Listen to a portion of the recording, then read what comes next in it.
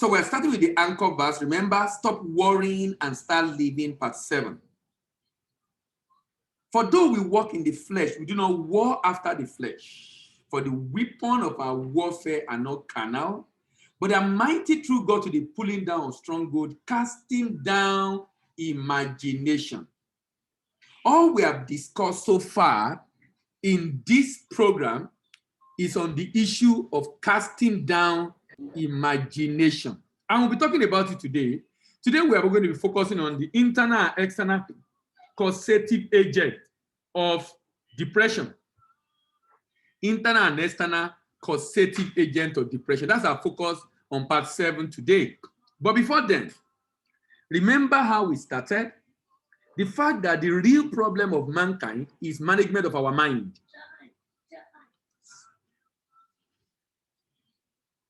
Management of our mind. The inability to manage our mind is our greatest challenge as human beings. The inability to manage our mind. You know, we have memory, but our memory is our biggest challenge. We have imagination. Our imagination is our biggest challenge because of inability to manage what goes on in our mind. We worry about the past. We have fear of the future.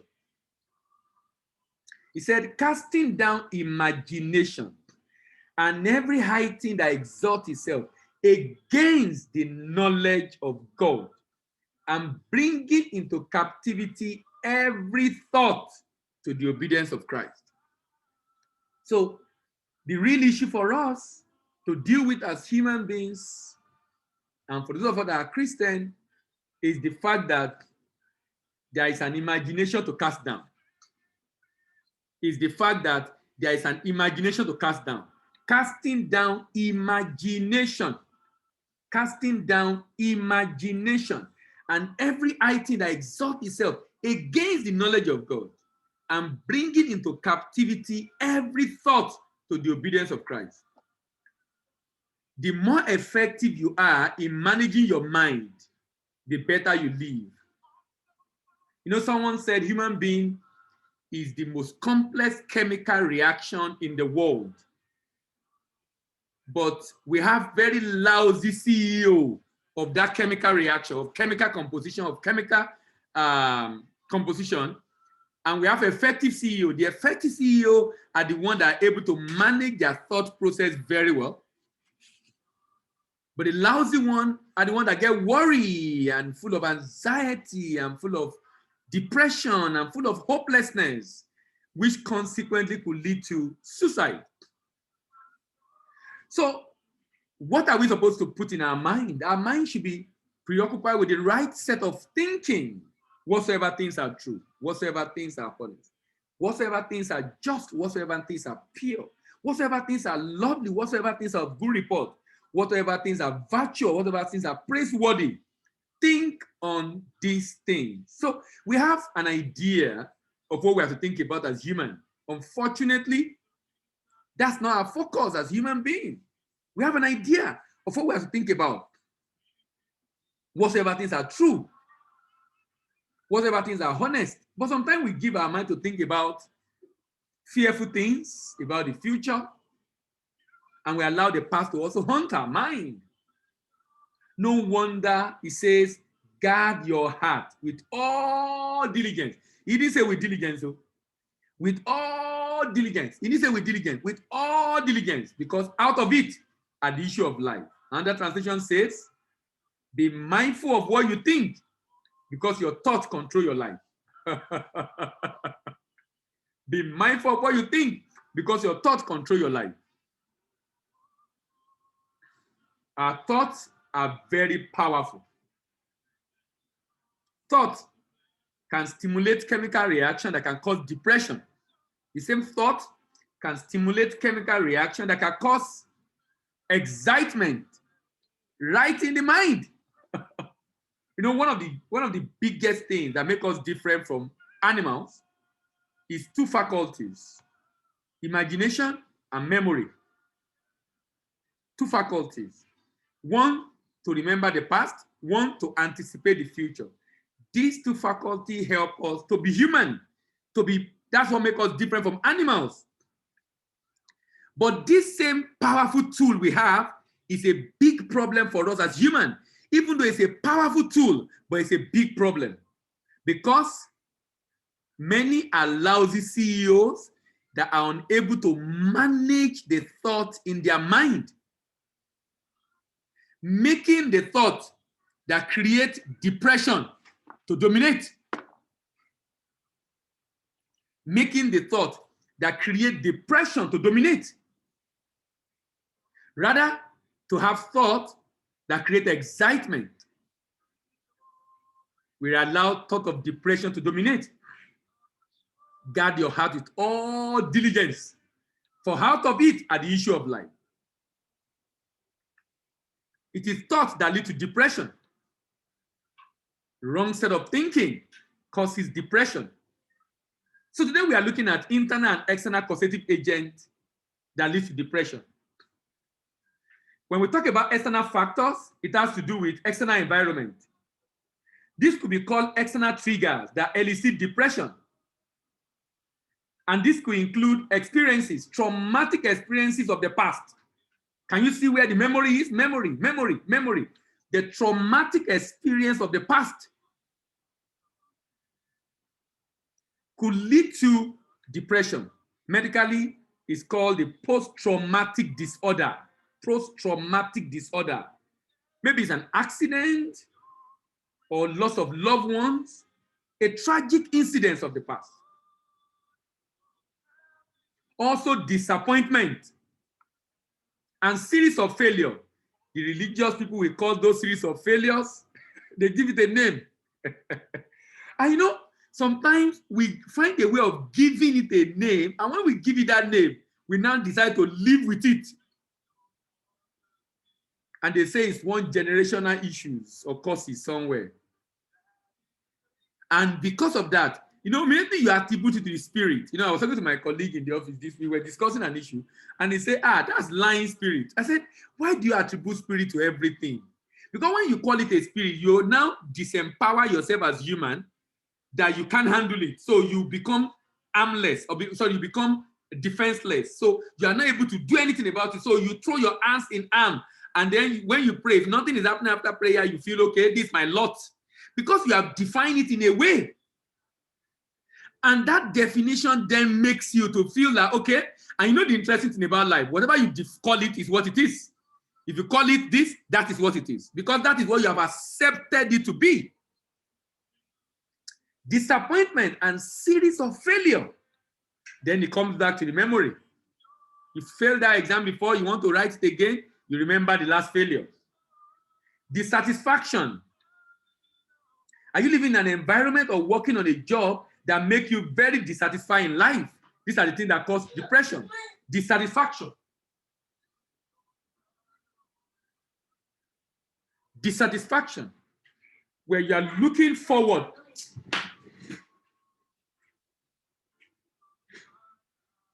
When you are looking forward to something and it's been delayed for a long time, it also leads to depression. Family crisis is another external causative agent, especially when you're unable to get solution. There's just something about us as human beings.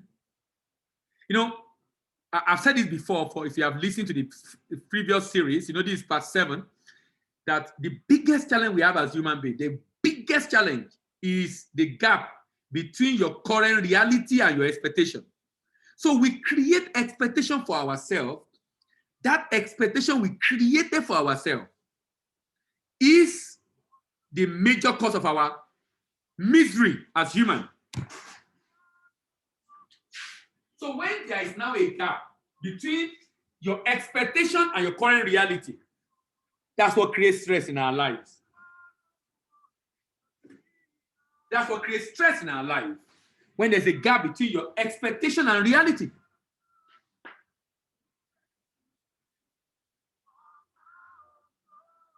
So when something happens, we feel, oh, I should get a job now. I should have kids now. I should get married now. I should get admission now. I should do this now. I should do this.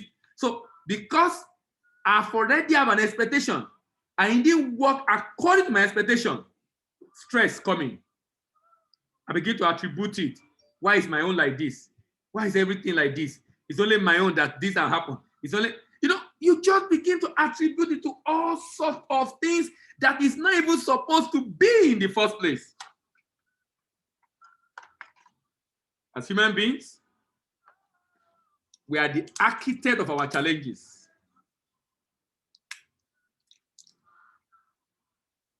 And it's because of our memory and our imagination.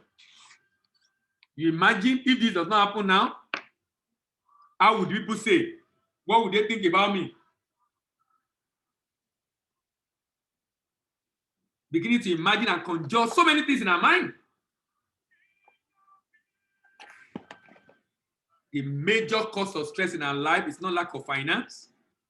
The major cause of stress in our life is not lack of money. It's not even health issues. It's not even challenge in the family. The major cause of stress is the gap between your set expectation and your current reality. That means if I don't allow the fact that, okay, I don't mind having this if it happens, I desire it, but I don't see it as a do or die affair that it has to happen now. If it doesn't happen, it becomes like something is wrong with me. Now I see something is wrong with me. Because I say something is wrong with me, then I begin to say, okay, how do I fix what is wrong with me? Then I give it a name. And if you are a very, very religious person, a name will be given to it. The reason why I believe so much in the scriptures is because it's a book of principle and manual for life. So I see it as a book of principle and manual for life, not a religious book, but a place to pick up ideas on how to live. Such that when there are issues, I ask myself, what are the right principles to apply in this situation? Rather than attribute it to whatever it is. But we have made a religious book, so you know what happened? We read into it what is not there. Rather than discovering the gold mine of principles to apply. And then it creates a lot of stress in our lives. It's a big challenge, I must say. So when you are looking forward to something and it's being delayed, family crisis is another external causative agent of depression. Sometimes it's divorce. Someone has gone through a divorce or unable to find solution to a particular family problem.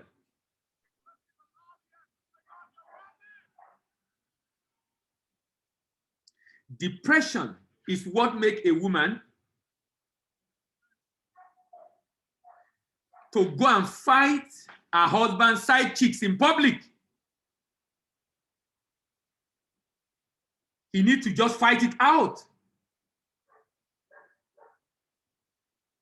Another causative factor that causes depression is major changes or drastic shift in our lives. Maybe because of health issue or finance or family, loss of loved ones. It could also be children. For example, when the children go to school, that's why it's so unfortunate. Some people don't realize that as a parent, you don't own those children. You're just a steward. And you have 18 years job, 19 or 20 year max. Those children will have to go their way. If you allow your life to be tied around them, when they are gone, it can create depression because you think you own them. You think you own them.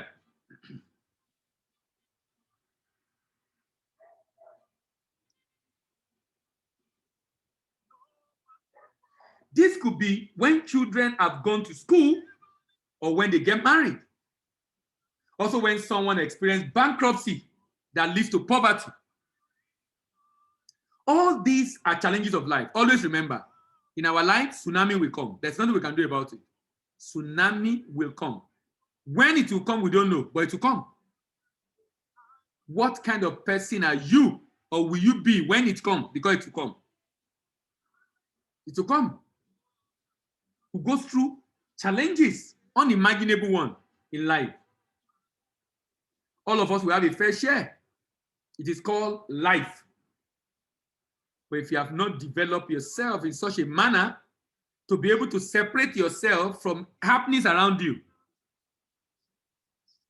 and you allow your memory or your imagination to haunt you, it slides into depression, from worry to anxiety, from anxiety to depression, from depression to hopelessness. And if hopelessness is not dealt with, it could lead to suicide. A person could experience depression after seemingly positive life event, like getting married sometimes, because of the shock of the drastic change in their lifestyle. For some, it's in pregnancy or post-pregnancy, what they call postpartum depression. Some is promotion at work, because it brings enormous new responsibility that they don't know how to handle. So even good things could cause depression. Even good things could cause depression. Not only bad incidents. Events like graduation from school make you to suddenly discover that you are now on your own. And you now have a responsibility for your life.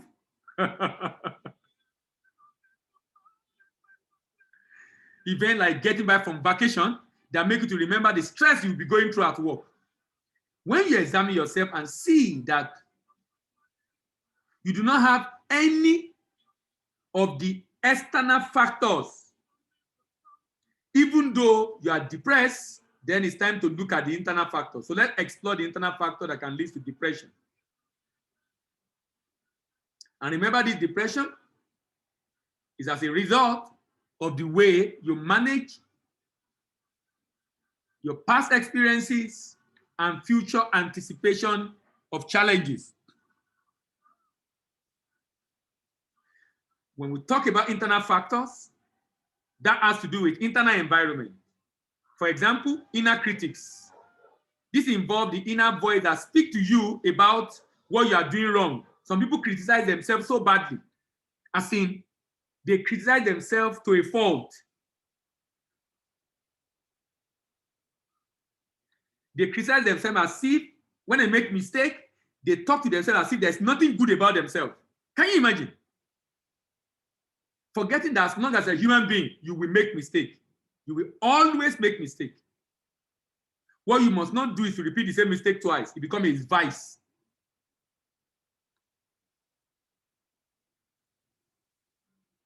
When you criticize yourself too much,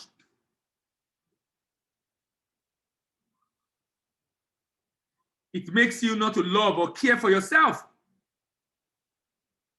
Inner critic is always blaming yourself for all the things that you're not doing well. This thought creates a feeling in you that is who you are, and that what others are thinking about you, that is who you are. You know, you now begin to think that, oh, I'm not good for anything. This is who I am. I'm like that. As in, you now accept that negative situation as true about you. One thing we must learn tonight is that your thought is not you. Always remember, your thought is not you. It's just a thought. Your thought is not you. In fact, one thing we must learn is stability in our thought. You know, if you see someone that his hand is shaking, his hand is shaking, his hand is shaking, you will think he has a Parkinson's disease or Parkinson's syndrome. He has a shaking. It's always shaking. Now, that's the way our mind, for many, shake. But we can't see it. If we can see the way the mind is always fluctuating, jumping around, you would think something is wrong with this person. Just the way when the hand or leg is shaking, you say the person has a neurological problem. That's the way the mind of people change. Just jumping around.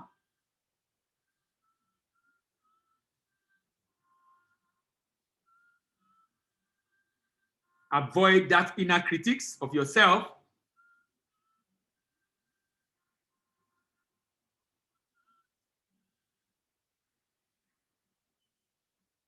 When you are always criticizing yourself, you don't see anything good in yourself, only the bad. We discussed 2 sessions ago, thought disorders, thought disorders. It's a thought disorder, it's not normal. How do you deal with an overactive and hyperactive inner critics? You need to begin to observe yourself and listen to yourself and begin to write down those negative thoughts you think about yourself. You need to write it down. Observe. During the day, how many times do you criticize yourself negatively? Write it down. Why are you writing it down? To be able to separate yourself from what you have written down. You must remember that your thought is not you. The fact that a thought is coming to you does not mean that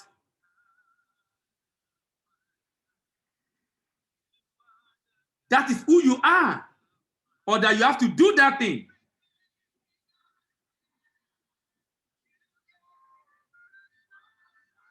Don't identify yourself with the condemning inner voices, because they are not you. They are just thoughts. They come and go.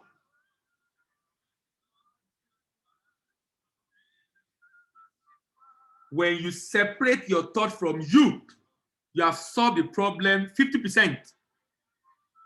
By separating your thought from you, you have solved the problem 50%. You know, as human, you have the body,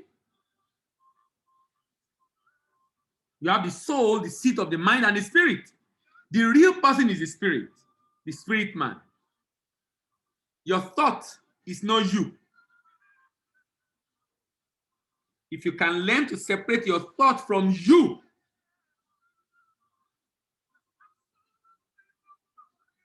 by not accepting what that thought is saying, but rather accepting what is true about you. Remember when I started? What are the things you should think about? Whatsoever things are true, whatsoever things are honest, whatsoever things are just, whatsoever things are lovely, whatsoever things are of good report, whatsoever things are virtuous, whatsoever things are praiseworthy. Think on these things. You must be very conscious of your thoughts. Remember, be mindful of your thoughts, of what you think, because your thought controls your life. Be very, very mindful of how you think. Be very, very mindful of how you think, because your thought controls your life. Be very, very mindful of how you think, because your thought controls your life. Be mindful of how you think. This is so critical and important.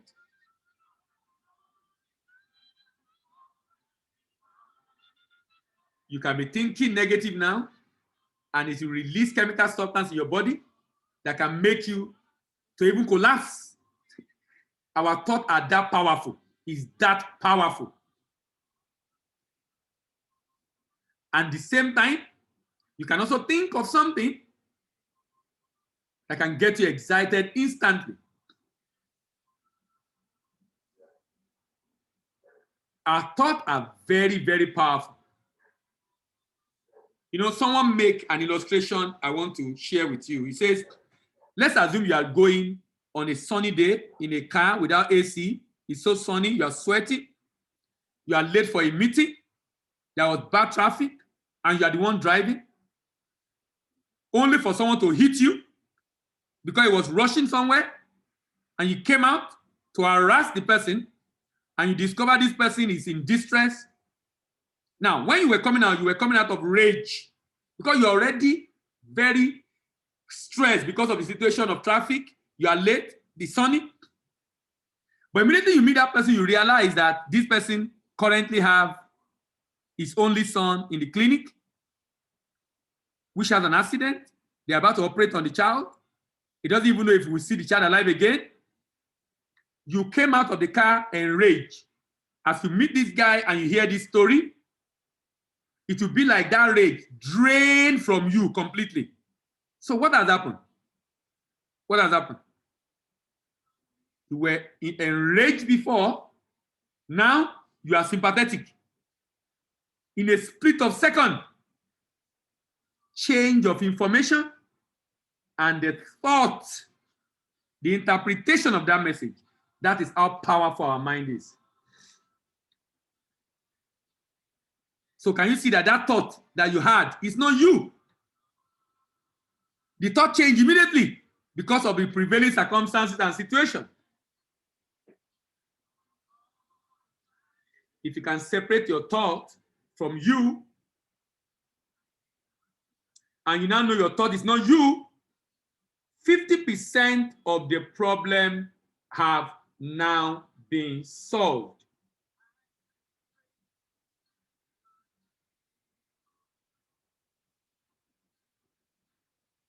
of the problem have now been solved. Take a decision that since your thoughts are not you, you are going to ignore them. You are going to set this aside. It's just like someone knocking at your door. So you can come in and open the door, but you can also choose not to open the door. If you open the door, that guest will become your guest. It will enter into your home and you become vulnerable. If you refuse to open the door, you are not letting him in. So you can ignore the thought by getting engaged in something else more interesting. The way an unwanted visitor come knocking at your door is exactly the way unwanted thought come knocking at your door. This is exactly the way you treat your thought.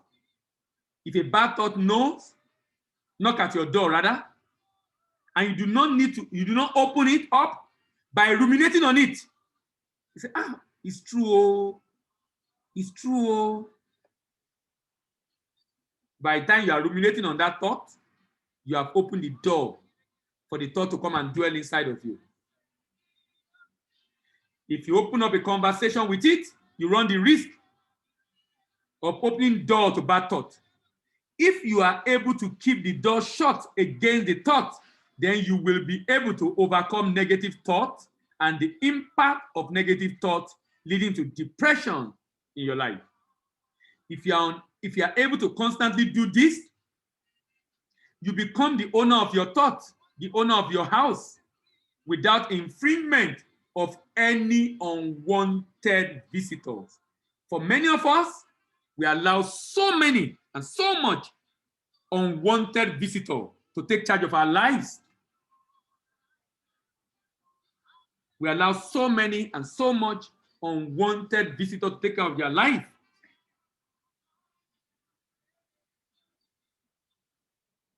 When the thought comes, another thing you need to do is to begin to confess positively about yourself. Say good things about yourself. Because that will help you to create a new thought and a new reality for yourself. Negative thinking is an internal causative agent of depression.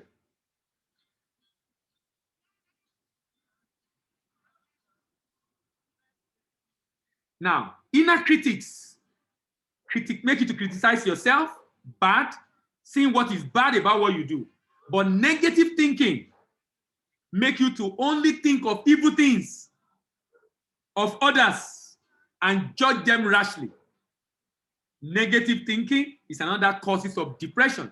You know, the interesting thing about this is sometimes people think negative of others and they believe that thought and they act based on that. Can you imagine? He said, I just feel that this is what he wants to do. And then because I feel that's what he wants to do, and I did this against him. Can you imagine? Based on the thought, he's going to act.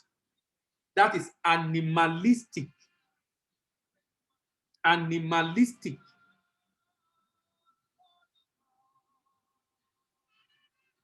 If something just occurred to me, I just act based on that.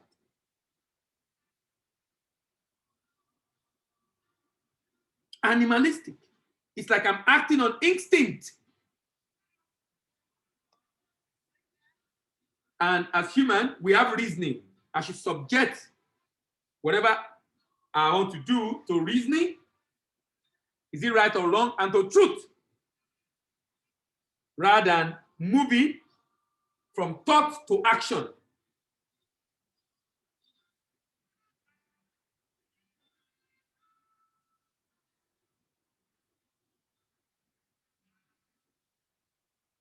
Negative thinking makes you to see everything in the negative light and negative perspective. This is what religion has done. You know, look, I can't separate the way we think as human beings in Nigeria, in Africa, to religion. I can't separate it. The reason why I can't separate it is because I feel we bastardize what I believe Christianity should represent for those of us that are Christian. We bastardize it. People, they attribute everything to devil, to evil spirit, to demon. As in,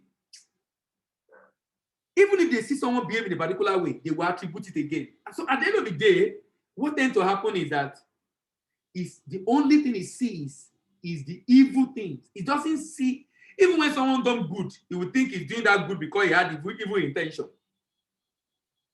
And the reason why you will think that way, that's why something happened, you think in a particular way, but someone else in that situation, you think in a different way because of what you have been fed. What you have been fed. We only think only about enemy. And sometimes some people will even pray for the enemy to die. Can you imagine? You know, sometimes I ask myself,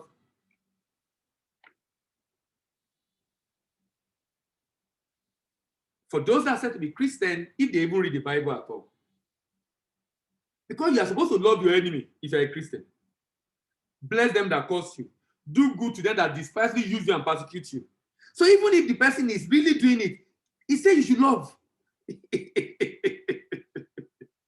says you should love. So there is no basis. There's no basis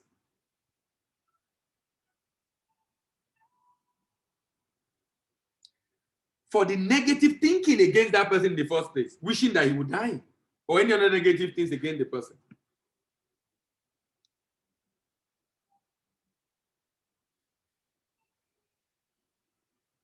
It's so important not to see things in negative light. And don't to accept whatever thought that comes to you. Verify, ascertain, check it up. When you see everything in the bad light, you are going to live in isolation because you won't be able to relate with people. You think everybody have evil intention against you. Can you imagine? It's a very terrible and frustrating way to live, ladies and gentlemen.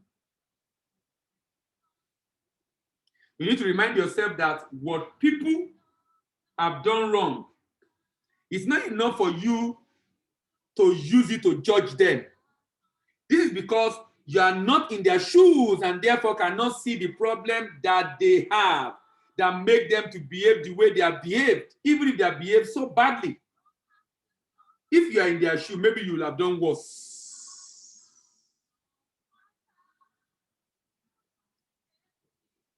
Let your thoughts be guided by the scriptures. Whatsoever things are true, whatsoever things are honest,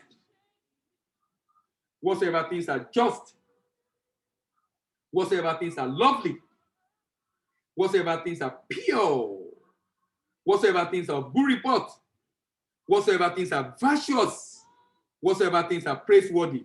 Think on these things. Spend more time thinking on these things. If you are going to be able to stop negative thinking, get busy doing what you love to do. That's why you must catch yourself. You must be able to note how often does this happen in a day. Catch yourself. Get busy doing what you love to do. Get something doing. Get something doing. Get busy doing what you love to do.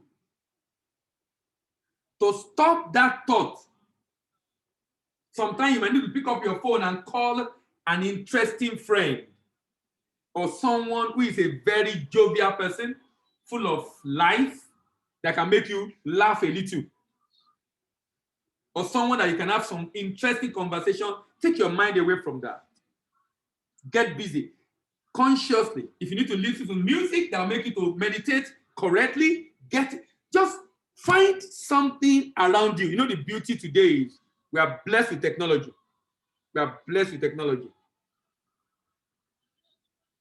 So your phone should always have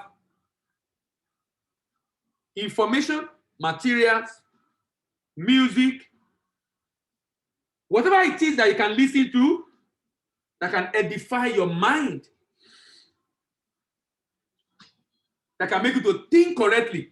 You need to be deliberate about it until you get used to thinking correctly. And sometimes you also have to be mindful. What is the things you see? What is the things you hear? What are the places you go that make that to happen? What is it? That things you see, that things you hear, that place you go that make that thing to happen, that thought to come, you need to deal with it. Immediately you identify it, people, places, and events that trigger those negative thoughts. People, places, and events. Of course, you now must be disciplined to avoid it as much as you can. To avoid it as much as you can.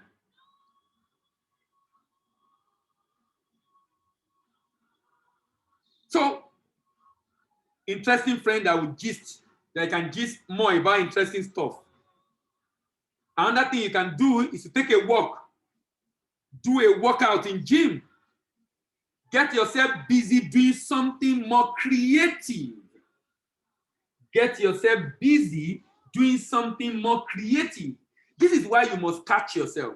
So that immediately you catch yourself, then you do something about it. Immediately you catch yourself, then you do something about it. Immediately you catch yourself, then you do something about it. Immediately you catch yourself, then you do something about it. Get creative.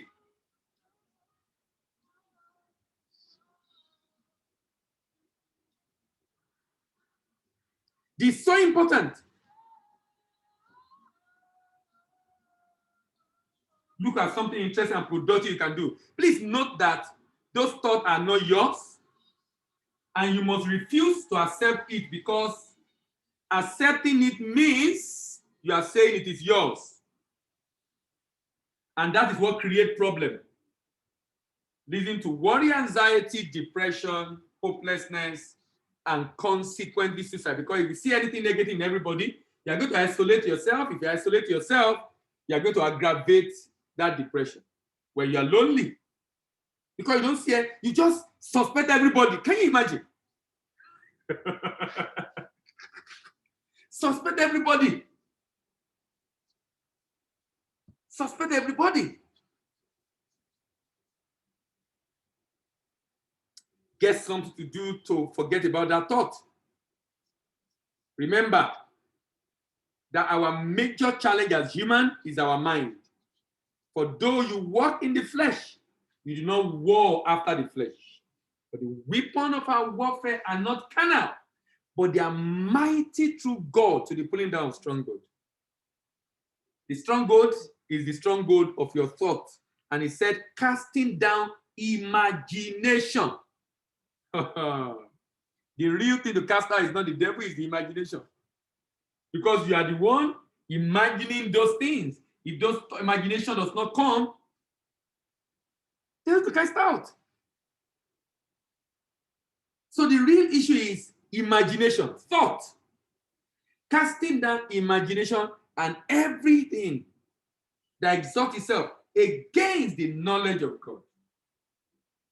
And bringing into captivity every thought to the obedience of Christ. Casting down imagination. Remember, whatsoever things are true, that's what you think about. Whatsoever things are honest, whatsoever things are just, whatsoever things are lovely. Think on these things. You know, in this world, things will happen. But the way you respond shows whether you are wise or you are wounded. When things happen to us in life, you are either reacting or responding. Reacting is negative, responding is positive. The wise respond, the wounded react. The wise respond, the wounded react. Respond involves conscious effort to confront the challenges and find a way out. React involves blaming someone else, throw your up in arms, and look helpless, complaining, worry, anxiety. The way you respond is determined by your history, the history in your memory, the way you respond. You know, our intelligence functions based on the amount of data we have gathered through learning. Now, the reason, based on what we have learned now, if you go back and listen to this again, listen again and again and again and again and again until it becomes part and parcel of you, look at what will happen. You will now become more conscious to respond correctly. Because our intellect functions based on the amount of data that it has gathered through learning. Through learning.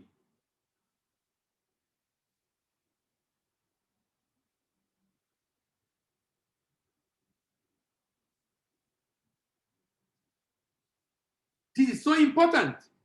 It is negative thinking that makes someone to be thinking that the only way you can succeed is for others to fail. And that when he succeeds and others fail, that's what makes him happy. Do you know what? That is a sickness. A big sickness. If what makes someone happy is when he is succeeding and others is failing. And our society, even in the way we pray like we should succeed, the others should fail. We alone should succeed, the others should fail. Even in prayer. That's some, you know, thank God God is not answering those prayers because of that when you hear some things that people say, why should you succeed and others fail? Why can't everyone be successful together? Why? When your joy is in others failing, it is a sickness. It's a sickness. You know, one of the biggest challenges of our world is actually the issue of identity and limited identity. What I mean by that is, you know, when you see yourself as a Yoruba person, or as an Igbo person, or as an Hausa person, or as a Frenchman, or a German, a Chinese, or you see yourself as an Hindu, or Islam, or Christian, or you see yourself as a white, or black, or yellow, or red, or you see yourself as being tall or short, and you have attributed some superiority to your own characteristics, either because of religion, or because of tribe, or because of color, or because of height, or because of whatever it is. The person have a limited identity. That's a dangerous person. That's a dangerous person. That person, if he's well empowered, is going to do harm, probably more than Hitler in this world. The reason why we hate others is because we are not seeing them as human, fellow human. That's why you have negative thinking against others. And you hate them. To be human is to live, is to give. To be human is to love. To be human is to serve. When you don't have a limited identity, you remain human. When you have a limited identity, such an individual becomes inhuman. When someone has a limited identity, such an individual becomes inhuman. And religious organization is making Nigerians, Africans, to be inhuman based on the way we see our neighbor and we talk to them, the way we perceive them as if they are the cause of our problem, and begin to have negative thoughts against people. Negative thought against people.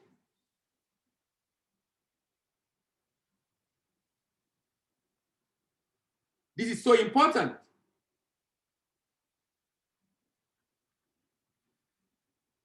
This is very, very important.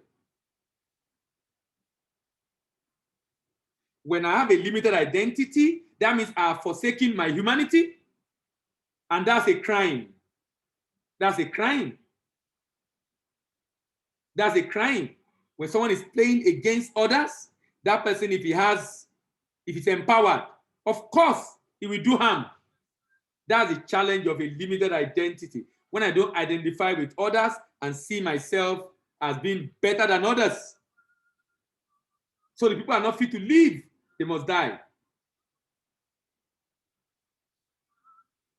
So today we have looked at causative agent of depression and the fact that the greatest faculty of mankind that make us different from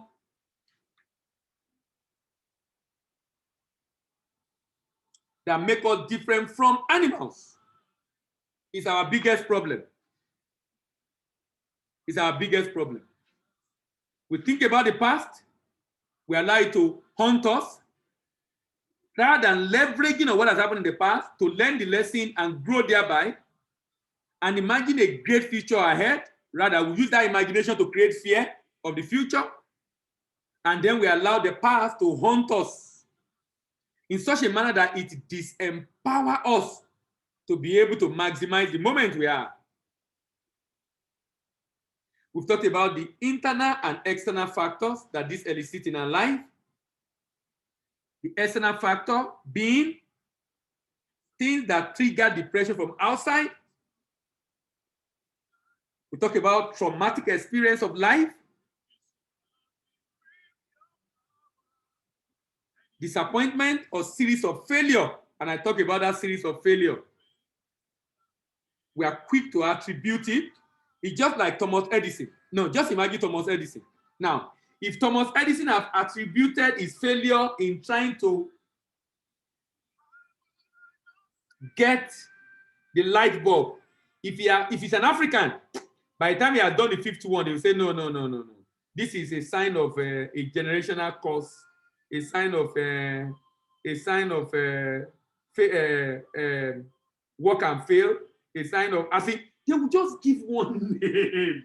I'm telling you, Thomas Edison, if he was in Nigeria or Africa in today's world, we will not cover it. But Thomas Edison keep working at it, keep series of failure. The series of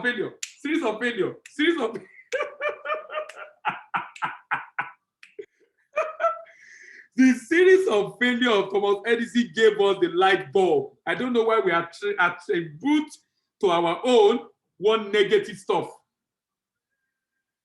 Thomas Edison, he gave us the light bulb. He kept trying. And he said he has only known a way it will not work. He has only known a way it will not work. But here, we'll give it a name. And we now disempower ourselves to take any action to solve that problem. We disempower ourselves to take any action to solve that problem. Why? Because we have already given ourselves a thought that this is what is causing it, whereas it's not true. Then we begin to think, worry about the situation. Now, I've had an issue, series of failure. Rather than sitting there and analyzing, what have I learned from this failure? What could I do differently? How could I improve on it? I throw up my arms and say, no, someone is behind it. Someone wants to do this, someone wants to do that. And then I'm unable to make any progress again because I feel I'm disempowered. Then it becomes difficult for me to be successful in that venture. Why? I've given up my power, saying someone caused it, or someone did this, or someone did that. And because I gave up that power, what will I do? I can't do anything again. Are we even trying, actually? Are we even trying? Why will I not try? I've disempowered myself already.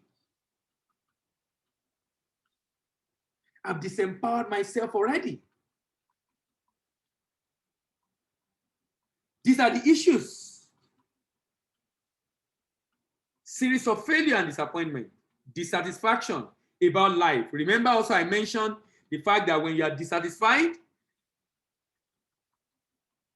because of something you expect that didn't happen, it creates stress, and that the greatest cause of stress in our life is the gap, the big, deep gap between our expectation and reality.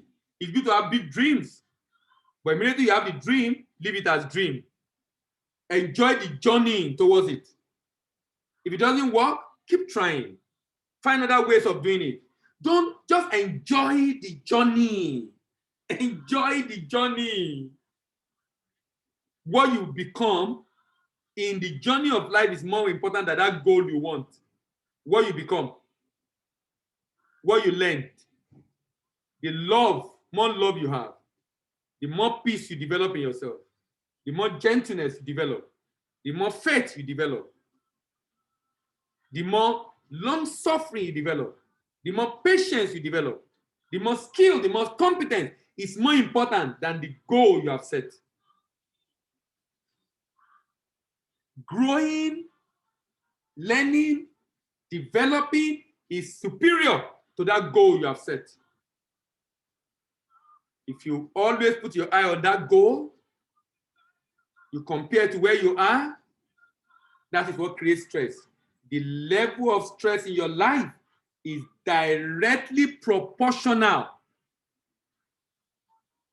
to the gap between the expectation you have set, of course, which was created for you by the environment, and the current reality of your life in every sector or segment of your life. In every sector or segment of your life. As I round off, whatsoever things are true, whatsoever things are honest, whatsoever things are joy, whatsoever things are lovely, whatsoever things are good report, if there be any praise, think on these things. Oh, all right. Yes, I have. Let me hear from you. For those of us that are able to join today, this is being recorded basically for people to be able to access in future. But I appreciate those of us that are able to join the live session. But it's also recorded so that people will be able to, I get to talk to people, and sometimes some of these issues come up. I just tell them, look, go and listen to this, and then let's discuss afterwards. Yes, Miss Summer, thanks for joining. What do you have to say tonight? Oh, Madam Urala, good evening. Yes, Miss Summer, are you there? Can you hear me? Yes, we are hearing you. Yes, Miss Summer, go ahead. Madam, I'll come to you.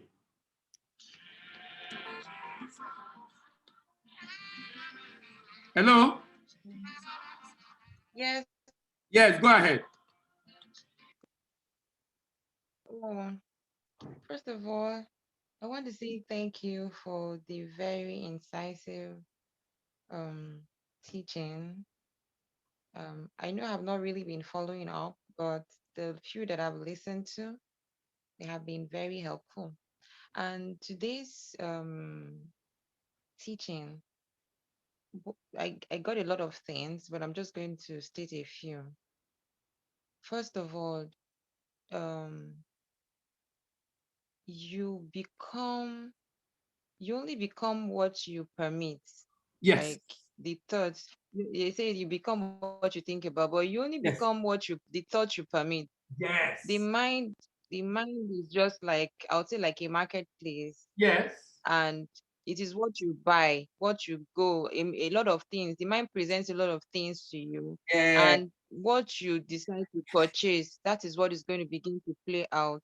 Yes. So, what I mean, one has to intentionally, like, if you want peace, then you then you have to every thought that negates that kind of peace or the kind of emotion you're looking for, you should avoid such thoughts. Yeah. And or even thoughts about people and all of that. In fact, sometimes you also mentioned it that some people just think about, just think up negative thoughts about people and just hate them like that. Yeah. And it's true. So instead of um, um allowing one's mind to like linger on such thoughts, why don't, when maybe if any negative thing that thought about somebody crosses one's mind, immediately one can just try to like shove it outside, turn it down.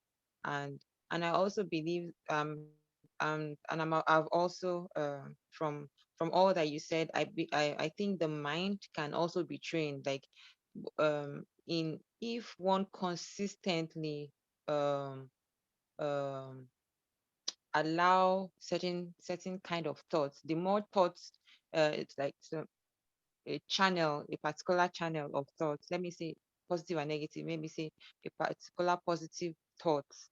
The more thoughts, the more of a certain kind of thought you allow, the more such thoughts will be coming. So it means that if we give room to negative, to just one strand of negative thought, it will open door for more negative thoughts. But if we give room for maybe a positive thought and welcome it, and if any negative thought comes and one tries to shut it down, it would it would give us more it will give room for more positive thoughts to come in. And Yeah. Yeah. Yeah. yeah, let me stop there. Let me stop there. Thank you. Thank you very much. Yes. Good evening, madam. You're Thanks for welcome. joining. Good evening, Mr. Yemibo. Good evening, madam. It's nice being on the program. Thank you. I thought it's only export you talk about. I never knew you I never knew you inspire people too. You have a program that inspires people.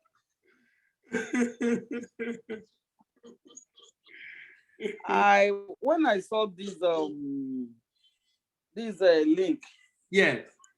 I wasn't too sure what it was about actually. Okay. But having listened to you, ironically, you use one of my favorite Bible passages, which is Okay. Philippians Okay. 4:8. Which one? Yes, Philippians 4:8. I say, Okay. finally, Okay. brothers and sisters, Okay. whatsoever is true, whatsoever Yeah. is noble, yeah. Which we are in a world whereby you have external things beyond your control. Yeah. But when you draw so much on it, like you have enumerated, it becomes your thought, and your thought process becomes what you live with. Yeah. So if one does not really want to be a negative person, you have to go back to Philippians 4:8 Yeah. and look for passages that will really, really inspire you. Like the Bible says, David, and even in a very desperate situation, David encouraged himself in the Lord. He We encouraged should himself. encourage ourselves. Yes, we should not give to pity party. A lot of us enjoy pity party, and it's not supposed to be like that. Don't be like I used to tell people when we are discussing, they will say the poor will always be in the land. I said there's a point in life when we are coming up. You may be in that category, but that does not mean you should remain there. Yeah. Yeah. So we have to work on our thought process. We have to work both mentally, physically, spiritually. Anyhow, you must fight hatred. You must fight. There's nothing more like witchcraft when people are celebrating and you are sad. Yes. It's not. And you have them, whether you like it or not. You have them as internal customers. You have them as external customers. Don't let think it's only outside that doesn't want our good. Even within, you find them all over. So we should try as anybody. So a negative thought can never come.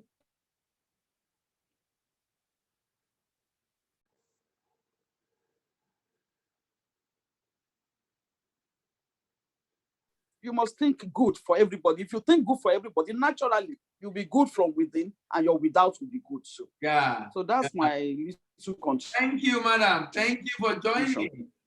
Abidemi Olaofe. Hello, Bidemi. Yeah, Bidemi, are you there tonight? Hi, good evening. Yeah, good evening. Yeah, good evening. Good evening. Thank you so much. I have learned a lot today again, and I must confess, I have a lot of things to take back home. And just like so many things you said, but I will just summarize and talk about the ones that affects me personally. You said something that we must learn stability in our thoughts.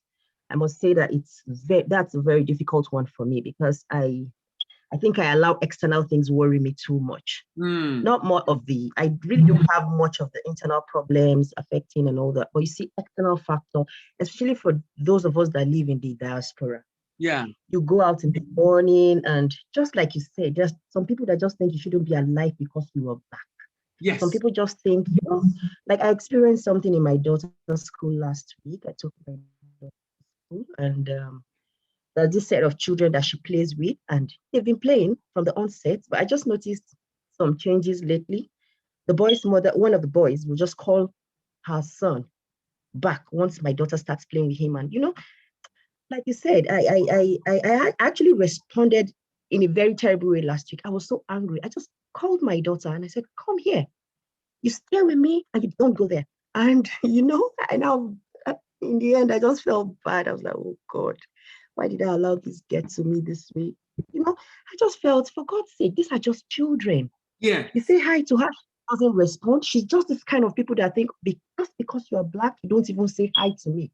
Because not that I have studied over time. I take my time. I'm not judgmental. But because I've now seen that, okay, now she wants to transfer it to the child. I reacted badly. And I just pray every day that God, please help me stabilize my thoughts. Yeah. I really want that. Yeah, I really need that. No external thing like you said, you don't even know what these people are passing through. Half of the time, if you ever hear the stories, you just like, okay, they are the ones that you should even. And somehow you get on the edge because they are just reacting. So I really am actually working on that, trying to control my thought process, trying to help myself see that I'm stable. No, I really don't have the problems from the inside. Don't criticize myself. I don't get to do that because if you don't encourage yourself here, you'll be in big shit. So I don't even do that. We see this external factor for us here, especially our children. So I'm actually praying that God helps me to be able to stabilize my thoughts, so I can also hand that over to my kids because they need to be stable. They need to be able to stand up and talk. They need to be able to know who they are because there's a place they have actually carved out that, oh, you stay here, that's where you belong because you are black. So it's something that controls my life. Just want to be like, okay, I'm human. I'm not better than anybody, and nobody is better than you. Yeah. is better than me. I want to be able to just go in there, do my work, take my children, and learning points I will go work on and see how I can put them into action, practical.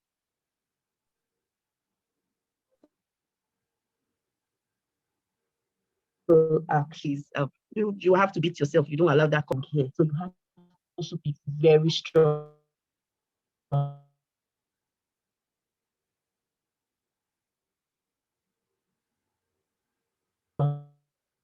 I'm grateful. Thank you. All right. Thank you very much. Thank you very much for being able to make it today. Have a wonderful weekend. See you next week. Bye-bye.